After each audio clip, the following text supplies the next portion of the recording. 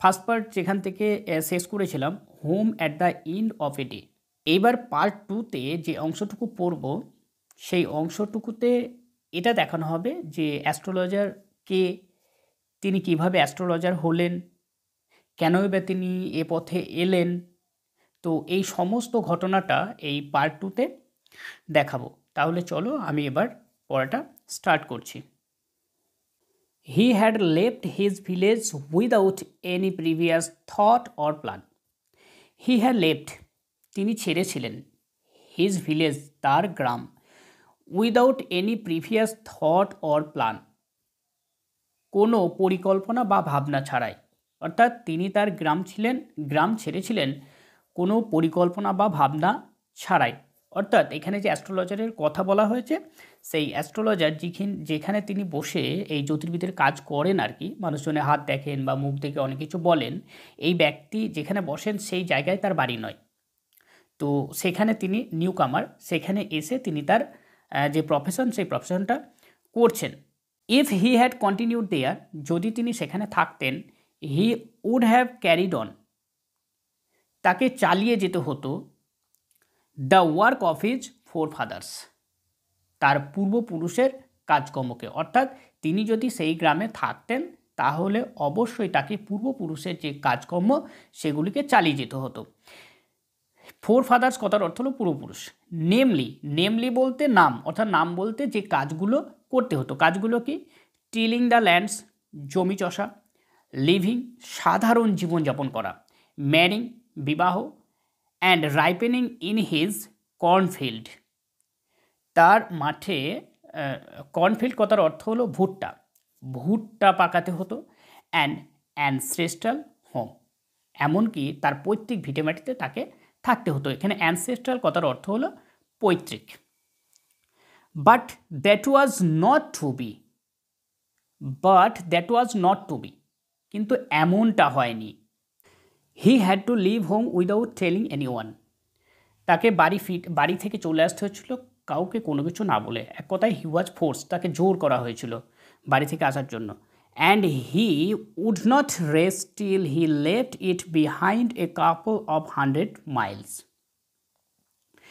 He could not rest, তিনি বিশ্রাম করেননি, till he left it behind a couple of 100 miles, যতক্ষণ না 200 মাইলস পথ তিনি হেঁটে সেই গ্রাম থেকে চলে গেলেন।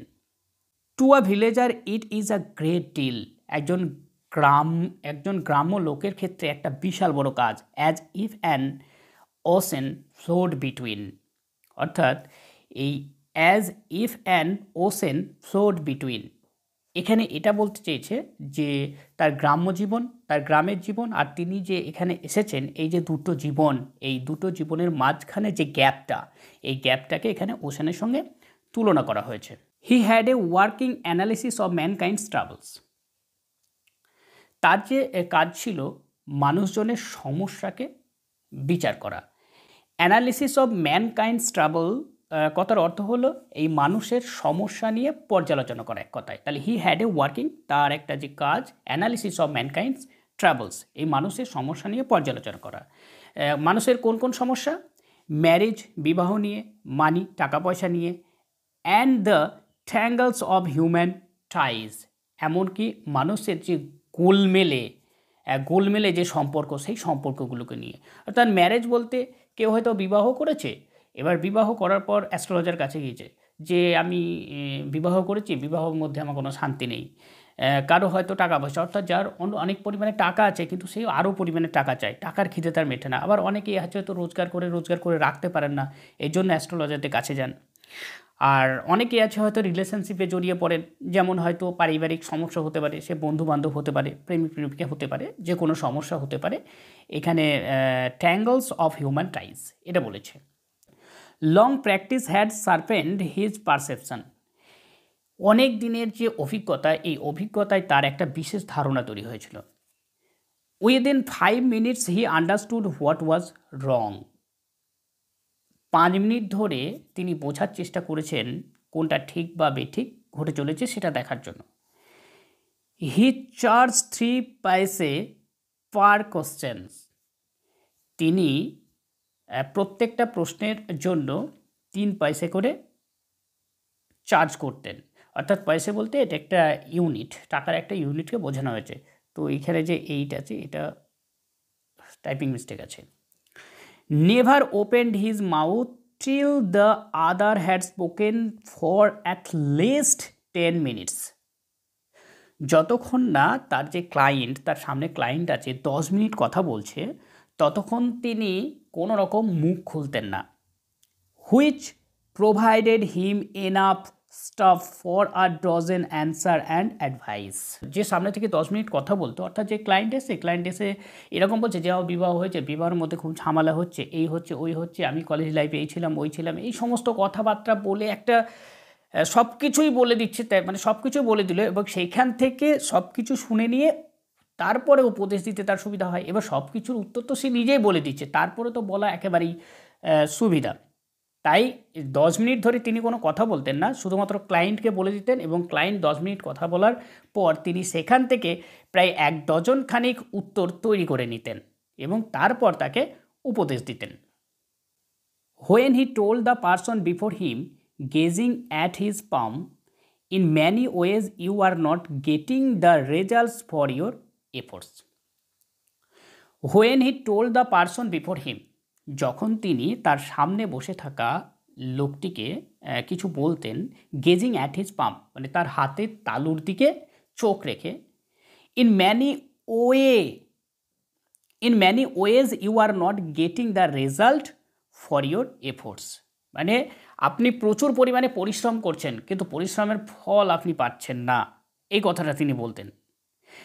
9 out of 10 were disposed to agree with him, অর্থাৎ এই 10 জনের মধ্যে 9 জন এটা মেনে নেবে যে তিনি যেটা বলছেন সেটাই সঠিক। এখানে 9 out of 10 অর্থাৎ 10 জনের মধ্যে 9 জন were disposed to agree with him, মানে তিনি যে কথাগুলো বলছেন তার সঙ্গে একমত বা সহমত পোষণ করতেন। অর হি কোশ্চেন্স, আবার তিনি প্রশ্ন করতেন, is there any woman in your family, আচ্ছা বলো তো তোমার ফ্যামিলিতে কোনো মহিলা আছেন কি?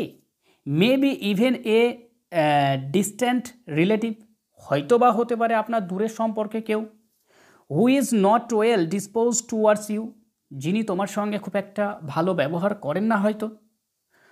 Or he gave an analysis of character, or he gave an analysis of character, অথবা তিনি তার চরিত্র সম্পর্কে কিছু বলতে শুরু করে দিতেন।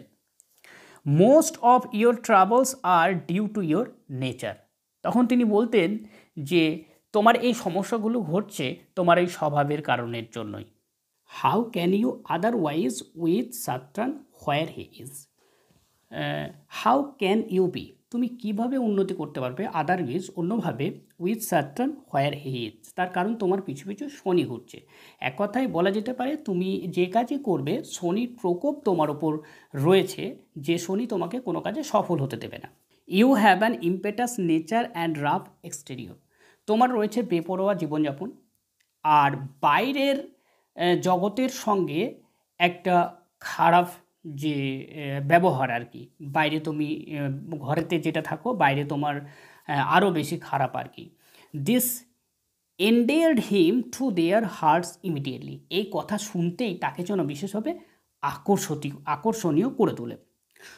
For even the mildest of us love to think that he has a forbidding exterior, আমাদের মধ্যে এমন কিছু কমল প্রকৃতির মানুষ রয়েছে যারা এটা ভাবতে বিশ্বাস করে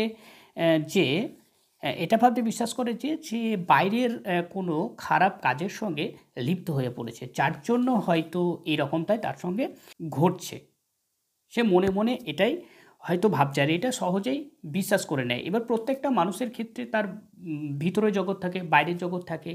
এবার বাইরের জগতের সঙ্গে কারোর সঙ্গে সে কোনো প্রবলেমে জড়িয়ে গিয়েছে কিনা, সমস্যায় জড়িয়ে গিয়েছে কিনা, বা কোনো অপ্রেম ঘটিত কারণে সে জড়িয়ে গিয়েছে কিনা, এইসব ব্যাপার প্রত্যেকটা মানুষের ক্ষেত্রেই থাকে। এটা একটা কমন জিনিস, আর এই কমন জিনিসটা তিনি বলে প্রত্যেকটা মানুষকে আকর্ষিত করে তুলতেন। সেকেন্ড পার্ট আজ এইটুকুই, দেখা হচ্ছে পরবর্তী কোনো নেক্সট ভিডিওতে। আর ভিডিওটা যদি ভালো লাগে অবশ্যই লাইক শেয়ার কমেন্ট করবে। আর যারা নতুন তারা অবশ্যই সাবস্ক্রাইব করবে। Thank you for watching my video.